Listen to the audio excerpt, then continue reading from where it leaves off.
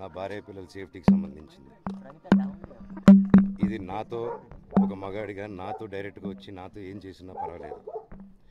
నా భార్య పేరు ఇంక్లూడ్ చేయడం, నన్ను తొక్కేదానికి, నా 7 నెలల పాపని ఇంక్లూడ్ చేయడం, నా బిడ్డలు ఇంట్లో ఉండగానే అలా బిహేవ్ చేయడం కరెక్ట్ కాదు. ఈరోజు పోలీస్ దగ్గరికి నేను వెళ్ళి ప్రొటెక్షన్ అడిగాను. నేను మొన్న వచ్చి అడిగినప్పుడు మీకు అన్ని ఎవిడెన్స్లు ఇస్తాను, ఎస్ఐ గారు ఇక్కడి నుంచి వచ్చి నేను ఇస్తాను సార్ ప్రొటెక్షన్ చూపించాను, బౌన్సర్లు అందరూ అక్కడికి కొండ దాక్కున్నారని చూపించాను.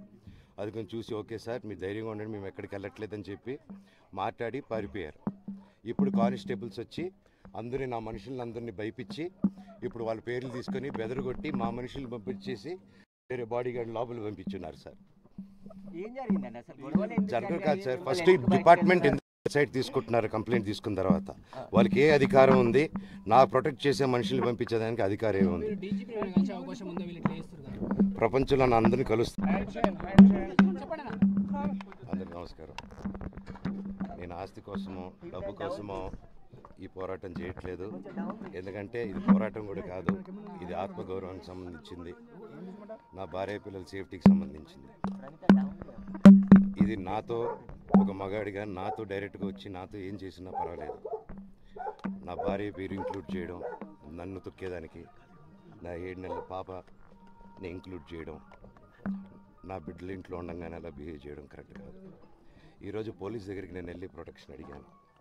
నేను మొన్న వచ్చి అడిగినప్పుడు మీకు అన్ని ఎవిడెన్స్లు ఇస్తాను, ఎస్ఐ గారు ఇక్కడి నుంచి వచ్చి నేను ఇస్తాను సార్ ప్రొటెక్షన్ చూపించాను, బౌన్సర్లు అందరూ అక్కడికి కొండ దాక్కున్నారని చూపించాను.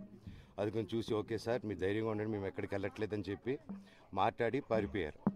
ఇప్పుడు కానిస్టేబుల్స్ వచ్చి అందరినీ నా మనుషులందరినీ భయపించి ఇప్పుడు వాళ్ళ పేర్లు తీసుకొని బెదరగొట్టి మా మనుషులు పంపించేసి వేరే బాడీ గార్డ్ లోపల పంపించున్నారు సార్. జరగదు కాదు సార్, ఫస్ట్ డిపార్ట్మెంట్ సైడ్ తీసుకుంటున్నారు. కంప్లైంట్ తీసుకున్న తర్వాత వాళ్ళకి ఏ అధికారం ఉంది, నా ప్రొటెక్ట్ చేసే మనుషులు పంపించేదానికి అధికారం ఏముంది? ప్రపంచంలో నా అందరినీ కలుస్తాను. అందరికి నమస్కారం. నేను ఆస్తి కోసమో డబ్బు కోసమో ఈ పోరాటం చేయట్లేదు. ఎందుకంటే ఇది పోరాటం కూడా కాదు, ఇది ఆత్మగౌరవానికి సంబంధించింది, నా భార్య పిల్లల సేఫ్టీకి సంబంధించింది. ఇది నాతో ఒక మగాడిగా నాతో డైరెక్ట్గా వచ్చి నాతో ఏం చేసినా పర్వాలేదు. నా భార్య పేరు ఇంక్లూడ్ చేయడం, నన్ను తొక్కేదానికి, నా 7 నెలల పాపని ఇంక్లూడ్ చేయడం, నా బిడ్డలు ఇంట్లో ఉండగానే అలా బిహేవ్ చేయడం కరెక్ట్ కాదు. ఈరోజు పోలీస్ దగ్గరికి నేను వెళ్ళి ప్రొటెక్షన్ అడిగాను. పోలీసులు ఏకపక్షంగా వ్యవహరిస్తున్నారు అంటూ మనోజ్ ఆరోపించారు.